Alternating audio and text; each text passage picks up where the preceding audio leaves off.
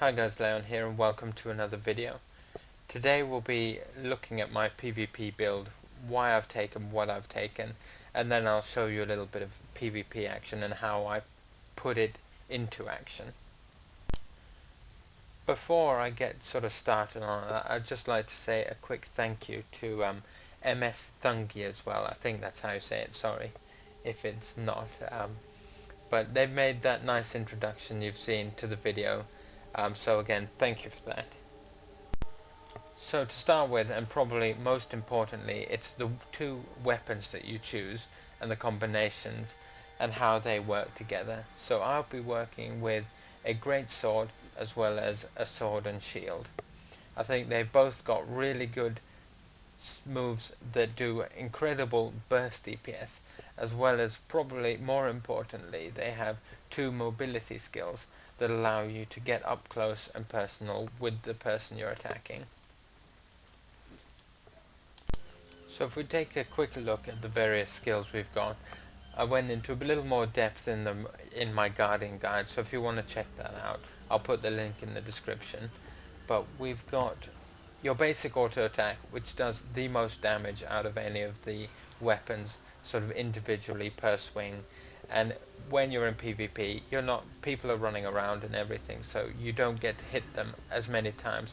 So I prefer the big hitting skills instead of the quick, slower ones. We've also got the symbol of wrath, which obviously is a retaliation, great for when people attack you, and then you can sort of counter any of that damage. And then comes our two most important abilities. Our Whirling Wrath, which does, as you can see, around about 2k damage for a full swing on it, and that's probably one of the best things we've got as well. Then if we move on to our movement skill, which is the Leap of Faith, this jumps you towards a target, as well as putting a debuff on them, blinding them, making sure their next skill misses, which is amazing, and keeping on your target is the key to winning most of the fights. Lastly, we have our skill that if you do need to get them close to you, you can, and that one's the Blinding Blade.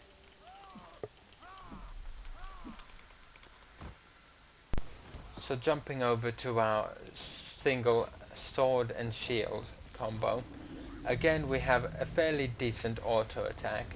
Let's see how much that does per swing on the Sentinel, about 500, so not much less than the actual two-handed, but not quite as much.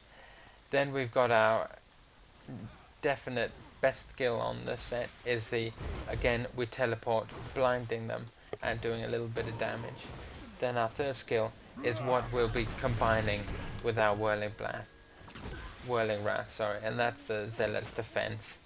Not only does it deflect any incoming rage damage, but it also is a ranged damage ability, so if you can't necessarily stick on people, and it does an awful lot of damage. The reason why I've gone for the shield as well is the buff we get from just using the Shield of Judgment, decreasing all damage by 33%, is really handy when you're in a bit of a bind.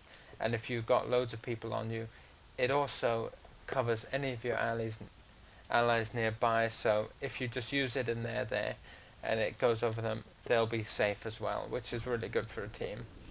And then lastly, if you're in real big trouble, you've got the Shield of Absorption, which just puts a shield around you. Doesn't last very long, but it could make the difference between life and death. And one of the things I've been using it mainly is if someone's trying to finish one of your teammates, you go in, use it, blast them off, and then you can res up your teammate without any problems. Moving on to our buttons from 6 to 10 now. I've taken the Signet of Resolve. I do like the sort of random passive ability which cures a condition every 10 seconds, and then the heal is probably the shortest cooldown, as well as it having quite a decent heal, so that one's up to you though. I don't find the Healing Breeze very good. It does heal your allies, but it heals less and it has to be channeled, and it's just not that great. The other one heals far less, the cooldown's a bit shorter, but you do need those big heals, especially when you're running vitality gear with a lot more health.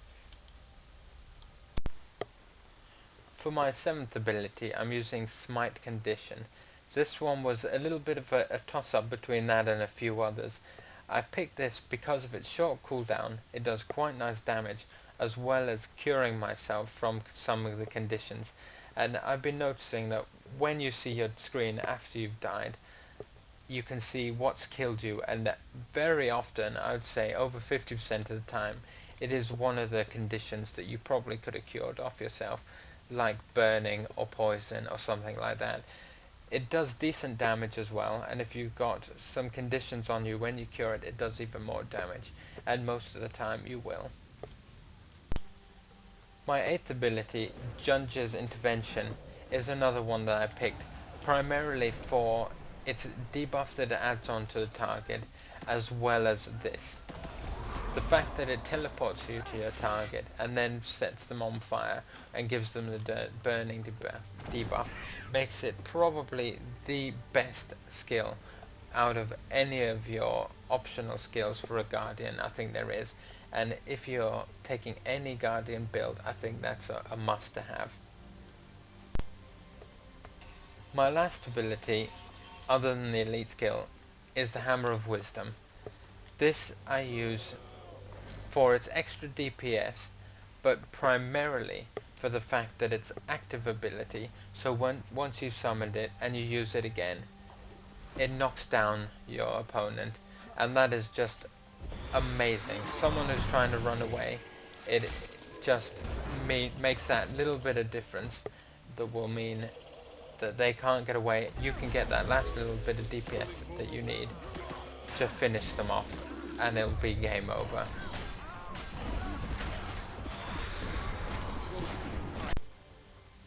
As some of you may know, there is various runes that you can attach onto your gear that do change your set bonus for the PvP gear you've chosen.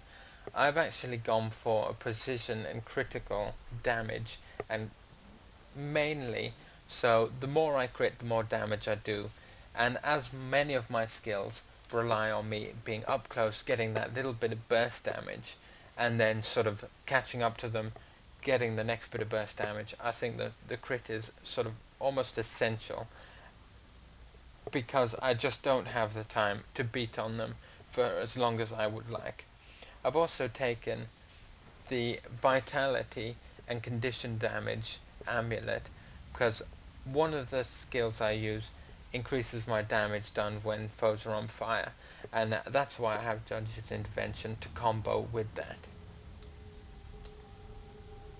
So now that we've had a quick look at my weapons as well as the skills I've chosen, I'll just quickly explain the traits that I've picked and sort of why I've picked the various skills and which ones I think are good to focus on.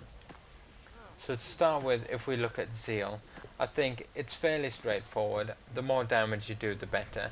I've only gone up to 20 because I think the 2 points that I needed to pick are probably the most important for the spec I was going for. So I've picked increased damage done to burning targets by 10%, and that is just because my plan is to keep them always on fire, so that makes my damage done increased by 10% sort of always. I'll have the Virtue of Justice combined with the Judge's Intervention, and that means that they will be burning constantly. Secondly, my Eternal Spirits. Spirit weapons are not destroyed when commanded. This is only for my hammer, so I can have the knockdown, and when I do knock someone down, I haven't totally wasted that spirit weapon, and it can continue doing the little damage that it does. Now moving on to Valor. I picked that because the toughness, I like to take less damage, and as well I increase my critical strike damage by 30%, and as I explained earlier, I'm all about critting on my Guardian. I've taken the Meditation Mastery, which my meditations recharge faster, so my Smite Condition as well as my Judge's Intervention, 2 sort of key skills. I've also Retribution Armor, which gives some of this toughness that I've increased, churned into precision. And then lastly, using any meditation skill heals you, which almost turns my smite condition into a heal as well. It only heals around 2,500 or something, but it's definitely that extra boost, and only on a 16-second cooldown combined with your signature resolve really does help. And the last traits I've picked is 20 on virtues. This is for my recharge of the virtues basically, as well as my spirit weapons last 50% longer. And then I've taken that every 4th attack instead of every 5th attack I set my enemies on fire, and that again is just purely for that extra increase of 10% damage. So generally I think this build works quite well, and I'll just show you a bit of footage from the battlegrounds showing you how I put all these skills into action.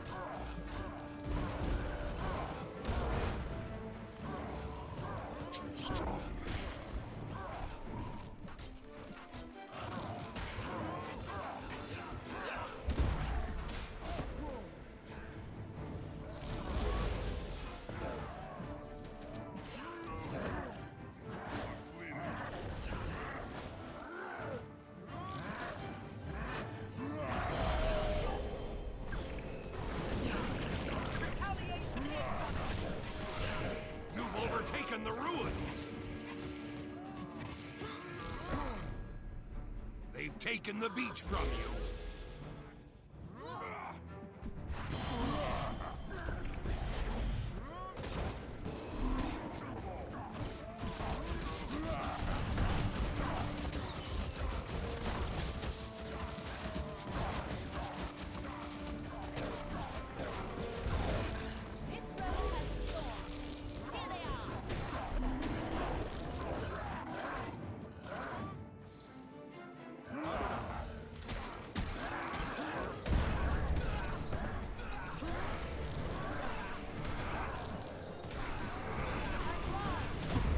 The dock's been captured.